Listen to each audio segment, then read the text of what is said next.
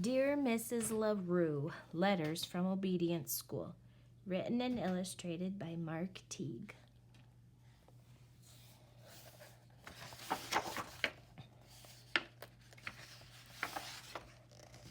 From the Snort City Register Gazette on September 30th.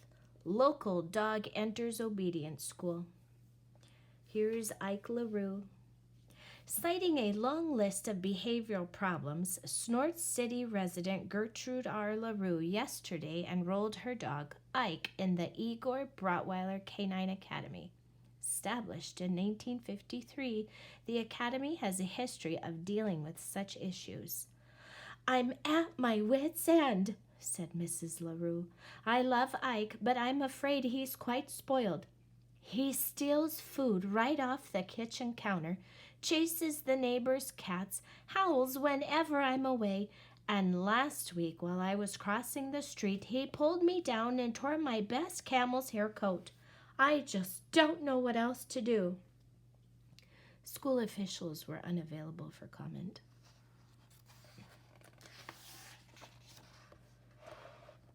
Dear Mrs. LaRue, dated October 1st. How could you do this to me? This is a prison, not a school. You should see the other dogs. They are bad dogs, Mrs. LaRue. I do not fit in. Even the journey here was a horror. I am very unhappy and may need something to chew on when I get home. Please come right away. Sincerely, Ike.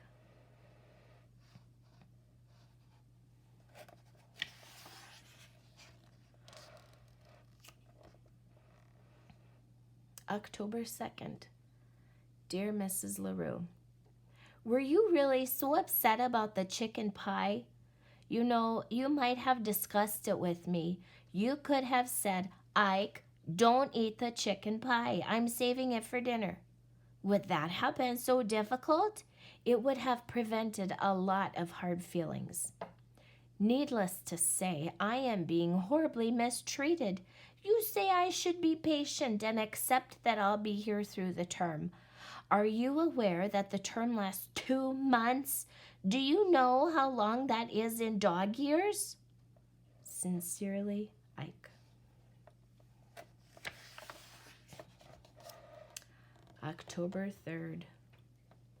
Dear Mrs. LaRue, I'd like to clear up some misconceptions about the Hibbins cats.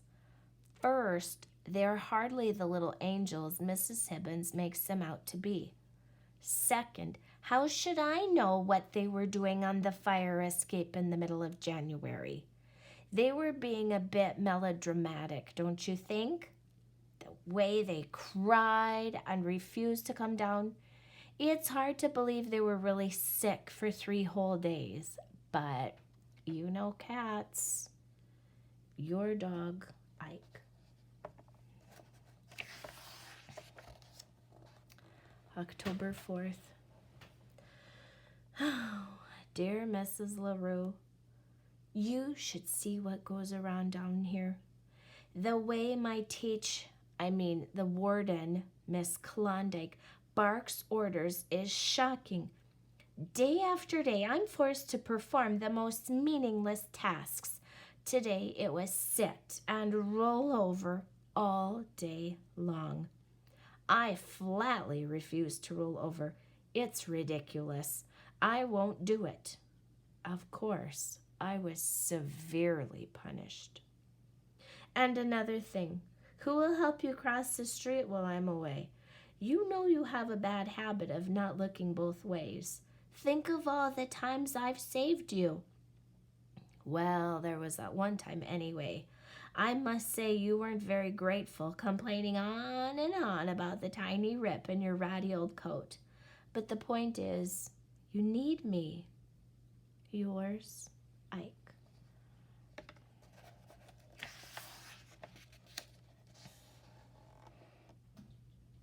October 5th.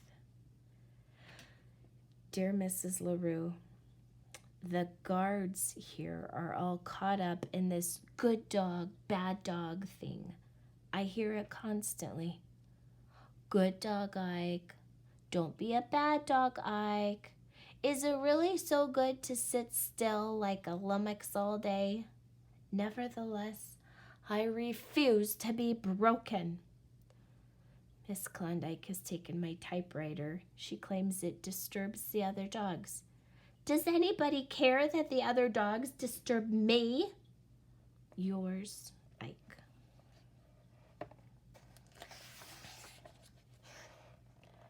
October 6th. Dear Mrs. LaRue, were the neighbors really complaining about my howling? It is hard to imagine.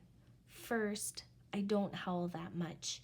You were away those nights, so you wouldn't know, but trust me, it was quite moderate. Second, let's recall that theirs are the same neighbors who are constantly waking me up in the middle of the afternoon with their loud vacuuming. I say we all have to learn to get along. My life here continues to be a nightmare. You wouldn't believe what goes on in the cafeteria. Sincerely, Ike. P.S. I don't want to alarm you, but the thought of escape has crossed my mind. No howling, biting, scratching, growling, slobbering, or barking, and no seconds. Torture. October 7th. Dear Mrs. LaRue, I hate to tell you this, but I'm terribly ill.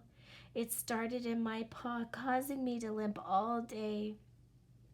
Later, I felt queasy so that I could barely eat dinner, except for the yummy gravy. Then I began to moan and howl. Finally, I had to be taken to the vet. Dr. Wilfrey claims that he can't find anything wrong with me, but I'm certain I have an awful disease. I must come home at once. Honestly yours, Ike.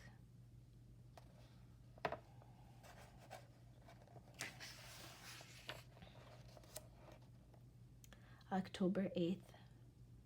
Dear Mrs. LaRue, thank you for the lovely get well card. Still, I'm a little surprised that you didn't come and get me.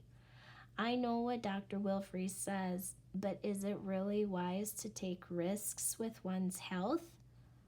I could have a relapse, you know. With fall here, I think about all the fine times we used to have in the park. Remember how sometimes you would bring along a tennis ball? You would throw it and I would retrieve it every time, except for once when it landed in something nasty and I brought you back a stick instead. Ah, how I miss those days. Yours truly, Ike. P.S. Imagine how awful it is for me to be stuck inside my tiny cell. P.P.S. I still feel pretty sick.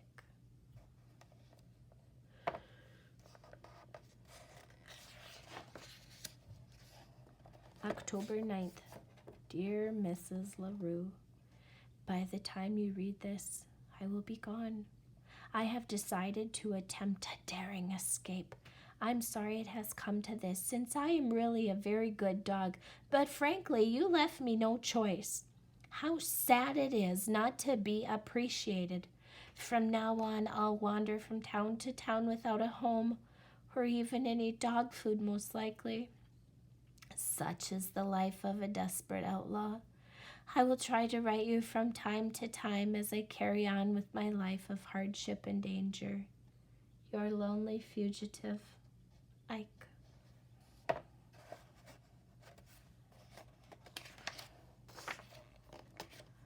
The Snort City Register Gazette, October 10th.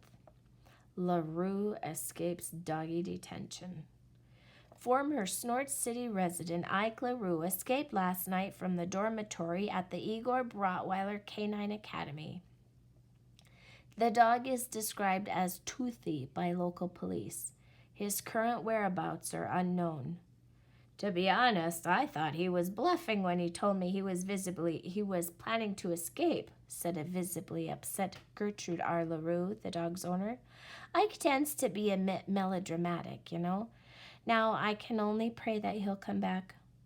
Asked if she would return Ike to Bratweiler Academy, Mrs. LaRue said that she would have to wait and see.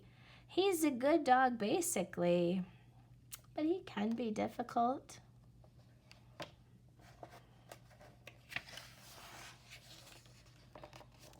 October 11th, somewhere in America. Dear Mrs. LaRue, I continue to suffer horribly as I roam this barren wasteland. Who knows where my wandering will take me? Hopefully to some place with yummy food. Remember the special treats you used to make for me? I miss them. I miss our nice comfy apartment. But mostly, I miss you. Your sad dog, Ike. P.S. I even miss the Hibbins cats, in a way.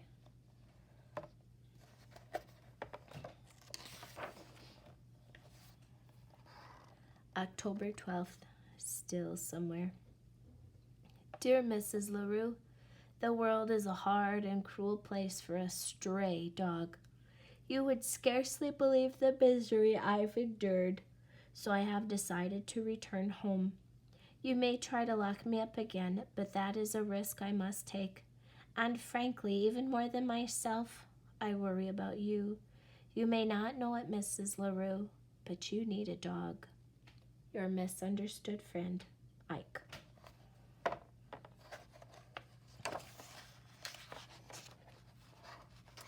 The Snort City Register Gazette, October 13th.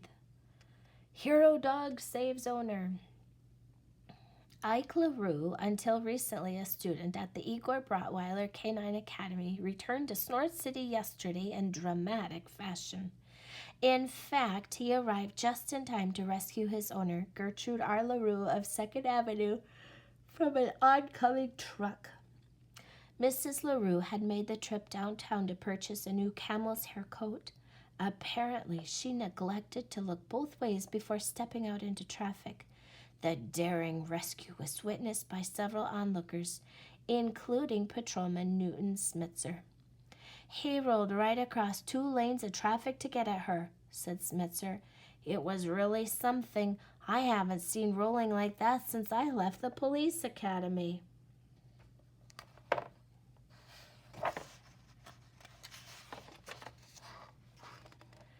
Mrs. LaRue was unhurt in the incident, though her coat was badly torn.